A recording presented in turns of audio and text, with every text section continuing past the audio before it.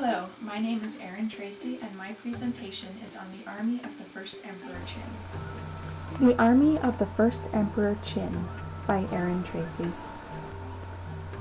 In 246 BC, 14-year-old Qin Shi Huang was just ascending the throne of the state of Qin. Soon after he took the throne, he commissioned one of the greatest artistic endeavors in history. Just north of the Lishan mountain range outside of Xi'an, China, the soon-to-be Emperor Qin ordered the creation of a life-sized army complete with horses, artillery, weapons, and provisions, all made out of clay. While the formal name for this group of impressive statuary is the Army of the First Emperor Qin, to most of the world, these are known as the Terracotta Warriors. Beginning in 246 BC, it took more than 700,000 workers 37 years to create about 8,000 soldiers, 130 chariots, 520 horses, and 150 cavalry horses, as well as officials, acrobats, strongmen, and musicians. Not all of the mausoleum grounds have been excavated yet, so that number may be slightly off, but based on the information currently available, this number has been accepted across historic and archaeological circles as accurate.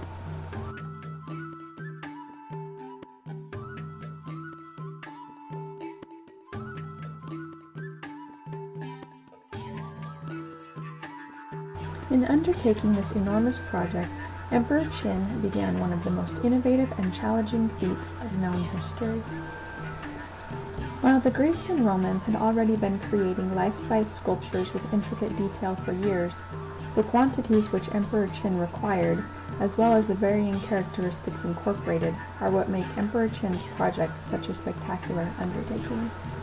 Quantity is such a large factor in the innovativeness of Emperor Qin's venture because there are no other known projects where life-size sculptures were made in such vast amounts. But the true mark of how innovative this scheme was lies in the detail work. Just glancing at the warriors, a person can see that these statues are not all the same.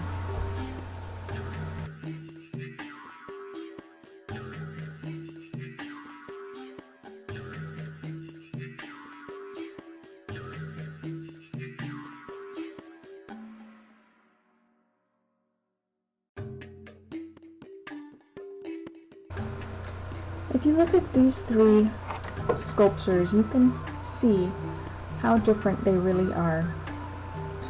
Notice that this one has a round face, this one has a V-shaped face, and this one has a square-shaped face. They also have unique eyebrows, unique noses, and unique mustaches, as well as their own individual style of hair. Looking here, you can see more examples of how much detail work went into making sure each had distinctive hairstyles. These two here, while they have similar hair coverings, they are also unique. Note how the angle of the point as well as the height of the point is unique to each individual. And if we look here, we can see more examples of the distinctive elements that make this project so masterful.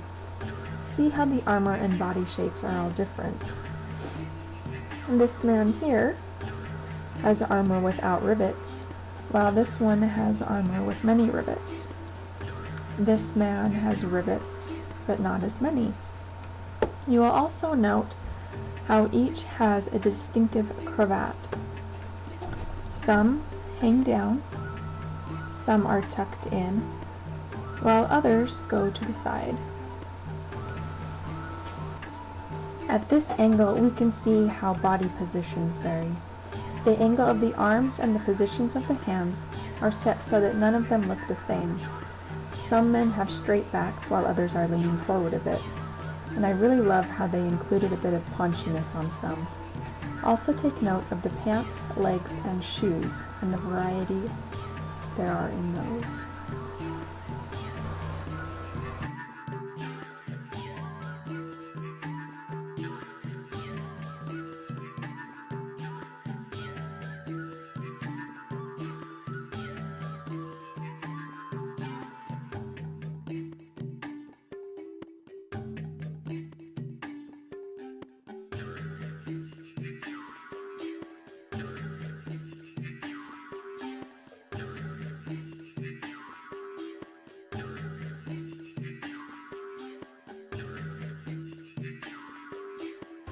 Now that we have seen the Army and have noted its distinctiveness and how innovative it was for that time, why is it so important to us today? One reason is because it is the greatest sculptural project found to date. No other mass quantity endeavor has come close to the scale of this project. And that is another reason why it is so important. The size of the project makes it important because during that time period they did not have the machines to mass produce anything. This massive project was all done by hand. And in all likelihood, it is probably the biggest sculptural project ever attempted. With what we know about cultures to this date, no other culture would have had the means and the manpower to attempt something this immense. It is also very important that this project has survived. These warriors have survived through earthquakes, floods, looting, vandalism, and possibly other natural disasters. Had they not, we would not have known what the ancient Chinese were capable of. And the last reason for why this venture is so important is because of what it stands for. Emperor Qin began this project when he first came to power around the age of 13 or 14, which shows that he must have been very preoccupied with his legacy and the afterlife from a very young age. It is possible he wanted to change the world around him, and part of that change was to leave a monument to his reign, wealth, and power.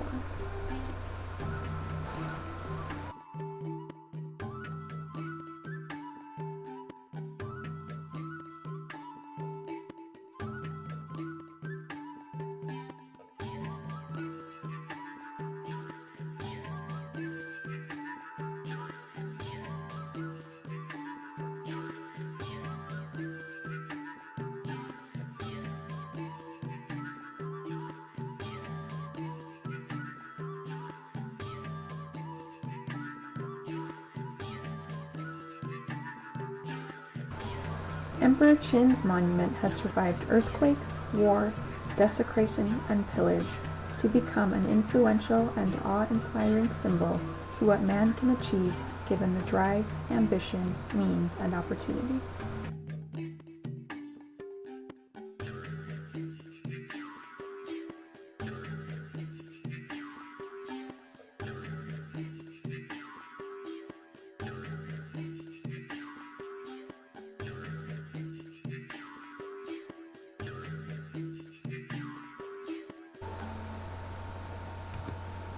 Thank you for watching my presentation. This slideshow was created, recorded, and edited by Aaron Tracy. All photos are mine unless otherwise stated on the slide. Information used in this presentation came from the sources listed in the bibliography. Additional information came from my knowledge based on a personal visit to the Terracotta Warriors on August 6, 2013.